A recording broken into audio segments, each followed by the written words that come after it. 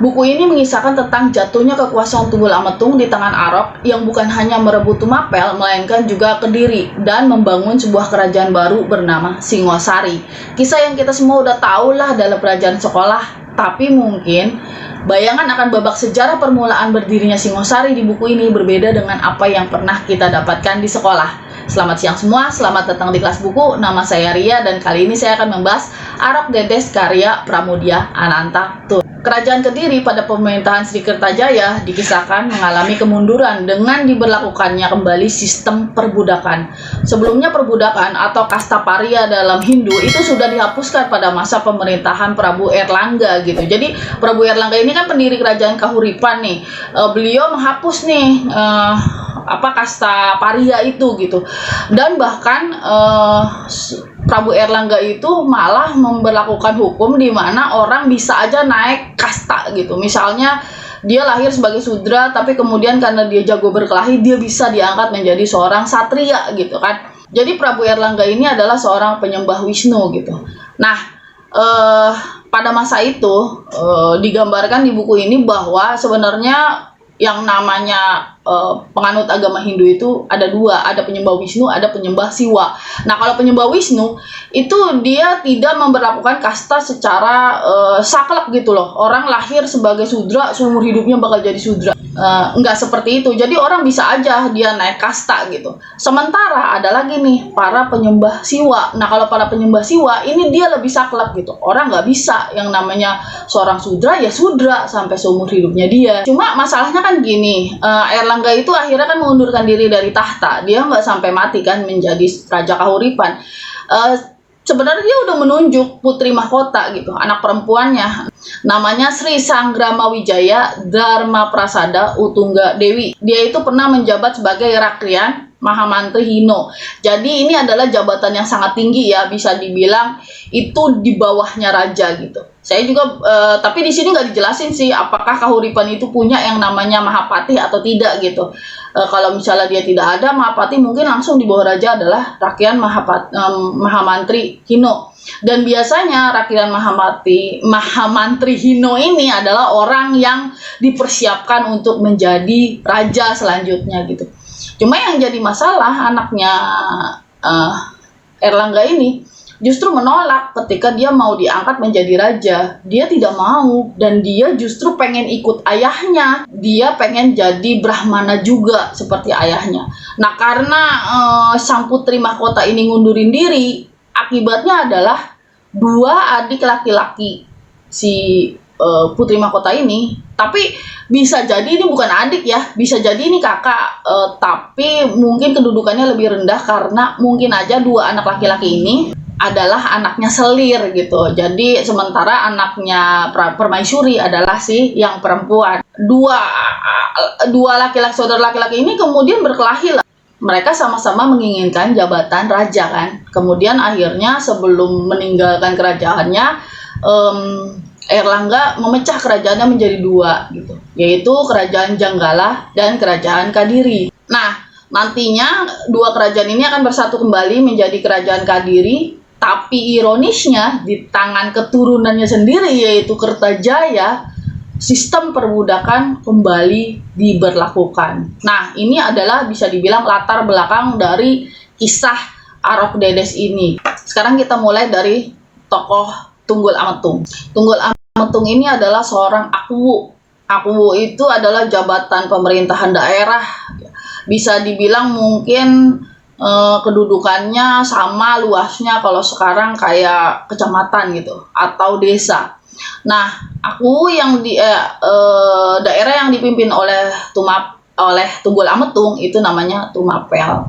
Dia laki-laki yang berkasta sudra, naik pangkat jadi satria gitu. Tapi ya kalau sudra jadi satria itu kan kemungkinannya ada dua gitu. Apakah dia menjadi seorang pemimpin yang hebat banget atau dia justru menjadi pemimpin yang zalim karena dia kayak balas dendam gitu kan. Pasti dia masa lalunya sulit sebagai orang sudra. Nah, si Tunggul Ametung ini adalah seorang pemimpin yang terkenal sangat lalim gitulah. Dia curang, haus kekuasaan, rakus gitu. Jadi dia bukan cuma merampas atau merampok rakyatnya sendiri, tapi dia juga curang kepada rajanya sendiri gitu. Kayak misalnya di sini digambarkan bahwa daerah Tunggul Ametung itu ada tambang emas tapi tidak dilaporkan kepada raja. Jadi ya udah masuk ke kantongnya dia sendiri gitu. Nah, suatu hari nih ya, dia tuh lagi dalam perjalanan Tunggul Ametung mendengar tentang kecantikan Dedes, anak dari Empu Puru, seorang Brahmana yang dihormati. Dan dia mendengar ada ramalan bahwa dari rahimnya Dedes ini akan lahir para raja dan ratu yang besar gitu. Dari situlah cerita ini dimulai gitu, karena si Tunggul Ametung itu ingin menjadi lebih tinggi lagi gitu, ingin mendapatkan kekuasaan lebih banyak lagi gitu. Sekarang Dedes, kalau Tunggul Ametung itu adalah seorang pemuja Wisnu, nah Dedes ini adalah seorang pemuja Siwa. Ya pastilah dia nggak rela untuk diperistri oleh Tunggul Ametung. Walaupun Tunggul Ametung itu bisa dibilang sudah dinaikkan derajatnya menjadi seorang ksatria, tapi di matanya Dedes ya dia tetap sudra. Tapi ya pada saat itu jadi ceritanya si Dedes ini sedang sendirian di rumah, kemudian datanglah si Tunggul Ametung itu. Tunggul Ametung itu ya minta agar dia mau gitu diperistri. Ya tentu saja Dedes nggak mau, tapi ya tetap diculik. Jadi di cerita ini dia dinaikin aja ke atas kudanya Tunggul Ametung gitu, terus kemudian dibawa lari gitu. Si Dedes itu kan tentu saja dia tidak rela ya, dia terus melawan dan yang dia bisa jadikan senjata adalah agama kan. Dia bilang bahwa ayahnya nggak ada, ayahnya memang lagi pergi pada saat itu. Jadi ayahnya itu kan seorang Brahmana. Jadi pada saat itu di sebuah semacam sekolah gitu, biara ayahnya diundang gitu pergi ke sana. Nah ketika itu kata Dedes ya nggak bisa kita menikah kalau tanpa ada restu dari ayahnya gitu. Tapi kemudian ya Tunggul Ametung tetap tahu gimana caranya gitu. Ya pada akhirnya sih setelah beberapa perlawanan dia berikan tetap tidak mampu juga, dia tetap diperistri oleh Tunggul Ametung. Dia tidak kuasa lagi melawan. Akhirnya Dedes kemudian mulai berpikir bahwa kayaknya saya bisa nih, kan dia kan semakin lama di istana semakin tahu ya banyak banget ketidakadilan yang dilakukan oleh Tunggul Ametung. Kemudian dia mulai berpikir, wah kayaknya saya bisa nih menggunakan posisi saya sebagai seorang permaisuri untuk memperbaiki keadaan gitu. Jadi di sini dalam cerita ini Dedes itu bukan perempuan lemah gitu, nggak bisa apa-apa gitu. Justru persekutuannya dengan Arok ini yang kemudian akan menjatuhkan Tunggul Ametung gitu. Jadi bisa dibilang dua-duanya memiliki peran, walaupun tetap Arok yang lebih berperan. Oke, sekarang Arok nih, kita diawali dengan nama sebelumnya, yaitu dia namanya Temu. Dia itu seorang pemuda yang cerdas, berkarisma, pemimpin gerombolan di hutan. Jadi gini ceritanya si Arok ini, dia perampok bukan asal perampok. Dia tuh seperti Robin Hood, atau kalau dalam cerita di Indonesia seperti si Pitung gitu. Jadi dia tuh sering ngelihat rakyat-rakyat itu dirampas hartanya oleh Tunggul Ametung. Kemudian dia kan merasa kasihan sama rakyat. Akhirnya dia sama teman-temannya merampoklah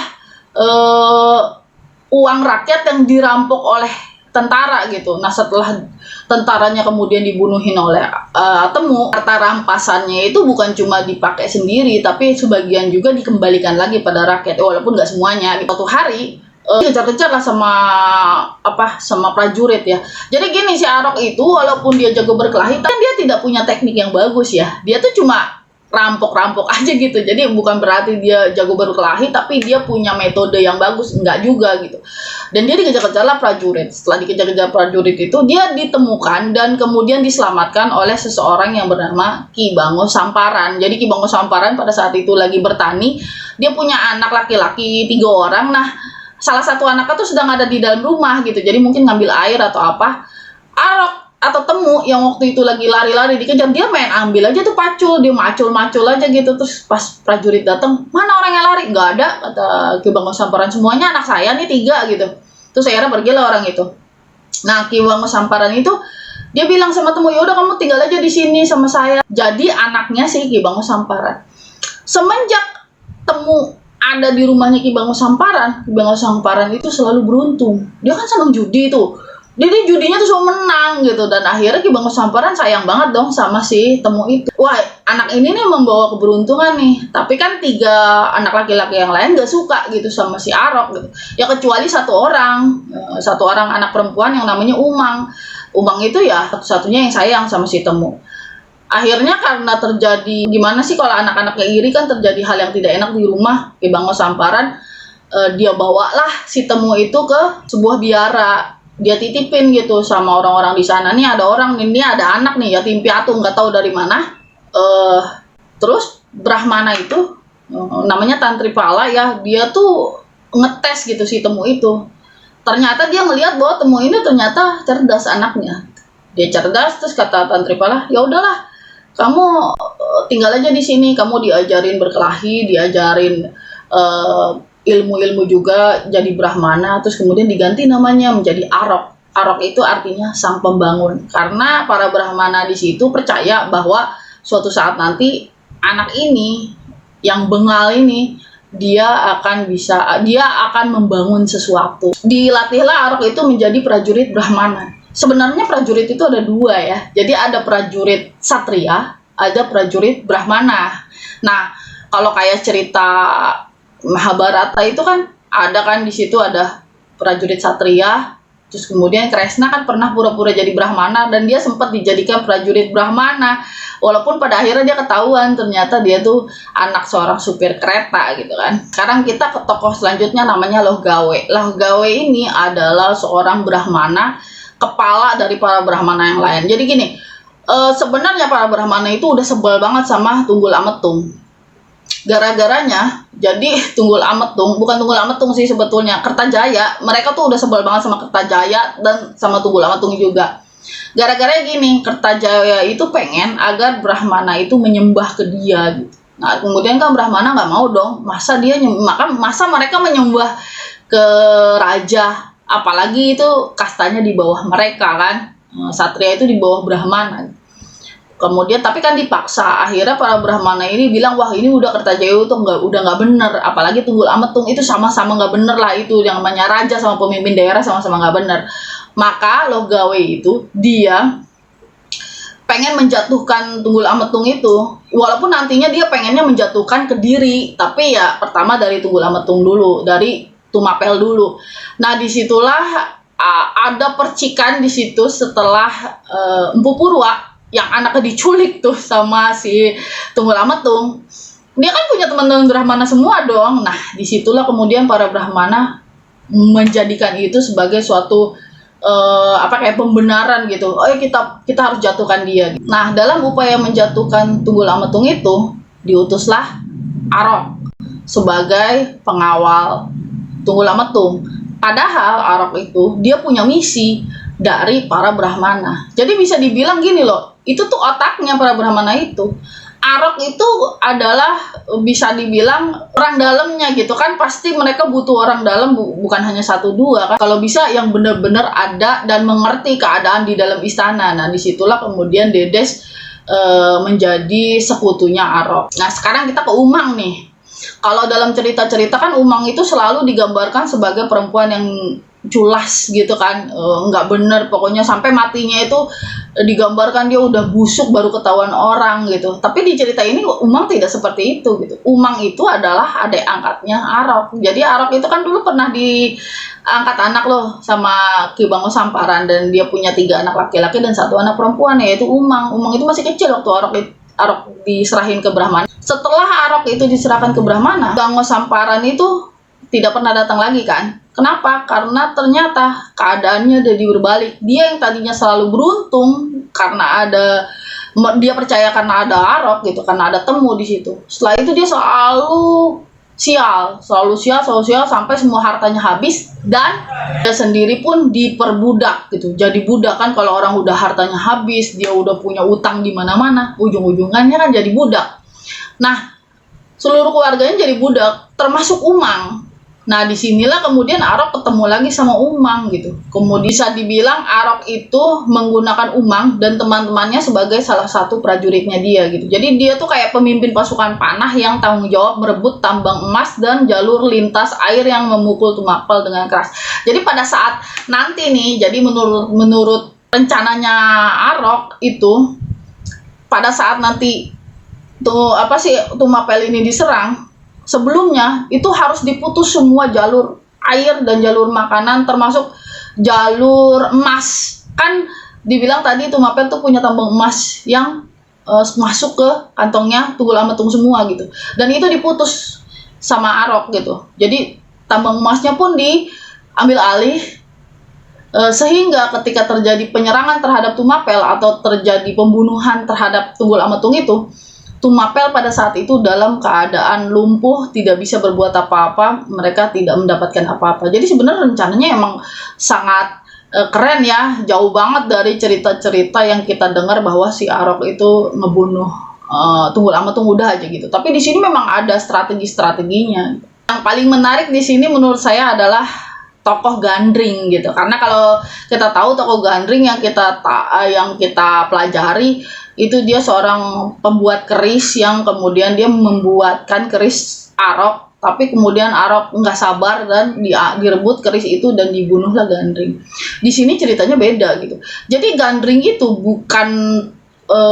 bukan cuma sekedar empuk tukang keris doang gitu. Dia itu kayak pemegang pabrik senjata gitulah.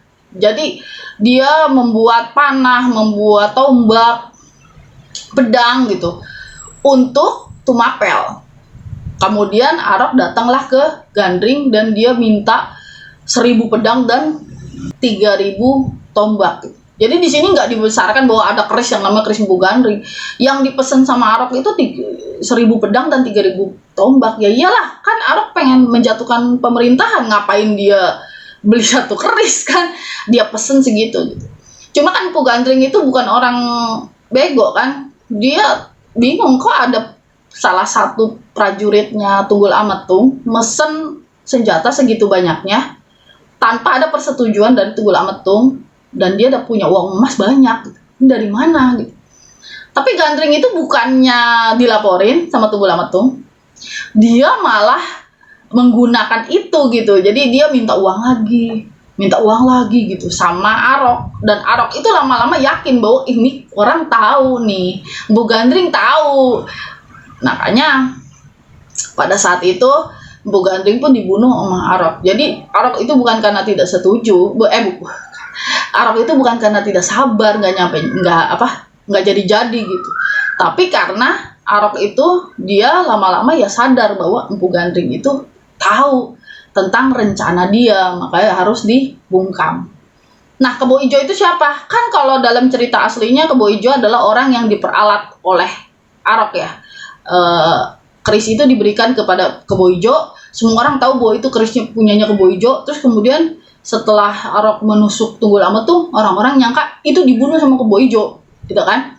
Nah, kalau di sini Kebo Ijo itu bukan diperalat sama Arok, tapi diperalat oleh Empu Gandring. Jadi di sini Empu Gandring ini pengen jadi aku, dan dia pengen gini loh, ini ada orang nih pengen ngejatuhin Tunggul Ametung. Kalau begitu, gimana kalau kita biarin aja dia ngejatuhin Tunggul Ametung?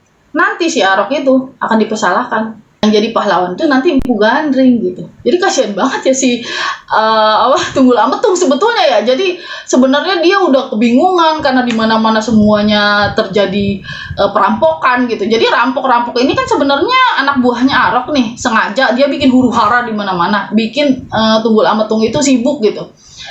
Di satu sisi seperti itu, kemudian tambang emasnya juga diambil sama rampok. Aliran air keputus, terus aliran bahan makanan juga keputus ke Tumapel. Jadi gimana Tunggul Ametung pusingnya? Sementara itu ada 2 rencana pemberontakan terhadap dirinya dan dia nggak sadar. Beneran nih, baca buku ini lebih seru daripada Game of Thrones gitu. Buku Game of Thrones ya lebih seru gitu. Ini adalah penerjemahan dari kitab Pararaton yang menolak segala bentuk mistis dan legenda yang menyelimuti. Kisah berdirinya Kerajaan Singosari, para ahli sejarah kan menyandarkan pada dua kitab ya sebagai sumber sekunder. Kalau sumber primer itu kan kayak prasasti gitu. Ada dua kitab yang jadi rujukan gitu. Yang pertama adalah Negara Kretagama yang ditulis oleh Dang Acarya Nadendra. Dia adalah seorang pembesar urusan agama Buddha di Istana Majapahit yang lebih dikenal dengan nama penanya yaitu Prapanca. Nah, satu lagi adalah Pararaton. Nah, Pararaton ini penulisnya tidak diketahui. Dari dua kitab ini, dia menuliskan dua nama yang berbeda nih mengenai siapa yang mendirikan Singosari sebenarnya. Kalau dalam Pararaton ditulis yang mendirikan Singosari adalah Arok. Dalam Negara Kretagama, pendiri Singosari adalah Rangga Rajasa Sanggirina Taputra. Makanya keturunan Arok selanjutnya disebut dinasti Rajasa kan, sebagai keturunan Rajasa itu. Walaupun ada juga orang yang berpendapat gini, mungkin aja itu dua orang yang sama gitu. Kan Arok juga nama sebelumnya adalah Temu, terus kemudian ganti nama jadi Arok. Setelah dia jadi raja bisa aja kemudian dia ganti namanya menjadi Rangga Rajasa Girinata Putra. Tapi di Negara Kretagama tidak dituliskan sedetil itu gitu. Jadi kalau di Negara Kretagama ini tidak pernah ada pertumpahan darah di antara keturunannya Dedes ya. Jadi tidak ada bunuh-bunuhan tuh anaknya Arok bunuh Arok, kemudian dibunuh lagi, itu nggak ada. Nggak heran lah gitu, karena Negara Kretagama itu kan sebuah pruja sastra gitu. Sebuah karya yang dia memang bermaksud untuk meninggi-ninggikan kerajaan gitu. Jadi yang ditulis di Negara Kretagama itu hanyalah, jadi yang ditulis itu bisa dibilang yang baik-baiknya aja gitu, karena namanya juga kan puja sastra gitu. Nah, sementara kalau dalam ceritanya Pararaton, nah ini lebih detail. Inilah yang karya yang menuliskan gimana sih Arok itu, cara dia merebut Tumapel, kemudian nantinya dia akan merebut Kediri dan mendirikan kerajaan yang namanya Kerajaan Singosari. Saya sangat menikmati ya kisah ini, tapi sayang buku kedua dari tetralogi ini yaitu Mata Pusaran nggak pernah terbit. Jadi gini, kan kita tahu bahwa Pramudia Anantatur itu punya tetralogi kan, yaitu Bumi Manusia, Anak Semua Bangsa, terus Jejak Langkah, dan yang terakhir adalah Rumah Kaca. Sebenarnya itu bukan satu-satunya tetralogi yang ditulis oleh Pramudia Anantatur. Tetralogi yang lain yang beliau tulis adalah yang ini, yang dimulai dari buku Arok Dedes. Buku keduanya, yaitu Mata Pusaran, itu nggak pernah terbit. Naskahnya hilang karena disita oleh penguasa Orde Baru pada saat itu ya. Dan itu nggak pernah ditemukan lagi. Buku ketiga, yaitu Arus Balik, ada bukunya, pernah saya baca bertahun-tahun yang lalu, cuma saya sendiri udah lupa. Jadi saya sendiri punya rencana pengen baca ulang gitu ya. Kemudian buku yang ketiga itu, buku yang terakhir, yang buku yang keempat adalah Mangir. Ini sebuah naskah drama. Saya sangat menikmati banget ya baca buku ini. Ini benar-benar buku yang bukan cuma buat saya membuka cerita baru atau kita melihat dari perspektif yang lain gitu ya. Tapi juga setelah buku ini saya jadi pengen membaca buku-buku lain mengenai Kerajaan Majapahit. Penilaian saya atas buku ini 5 dari 5 bintang. Sampai di sini pembahasan buku kali ini. Dan kalau ada pembahasan saya yang salah, atau ada yang mau diperdebatkan, atau mau direvisi, atau mau disanggah, silakan ditulis aja di kolom komentar di bawah. Akhirul kalam, assalamualaikum warahmatullahi wabarakatuh.